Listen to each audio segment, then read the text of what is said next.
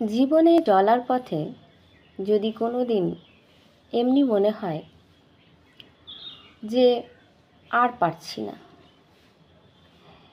এবার এবার আর সহ্যর বাইরে, আর আমি কিছুতেই পারছি না, যখন মনে হবে আমি মন থেকে হেরে গেছি, তখন তখন একবার অন্তত সাহস করে পিছনে ফিরে তাকিয়ে দেখবেন।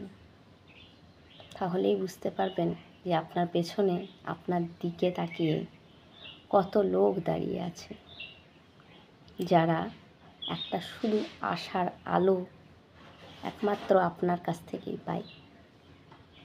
তারা আপনার মতো হতে চায়, তারা আপনার মতো বাঁচতে চায়, তারা আপনার মতো থাকতে চায়। তাই যখন আপনি হেরে যাবেন, সেই হারটা শুধু আপনার নয়, হারবে ওই শত শত মানুষের বিশ্বাসও। কেমন?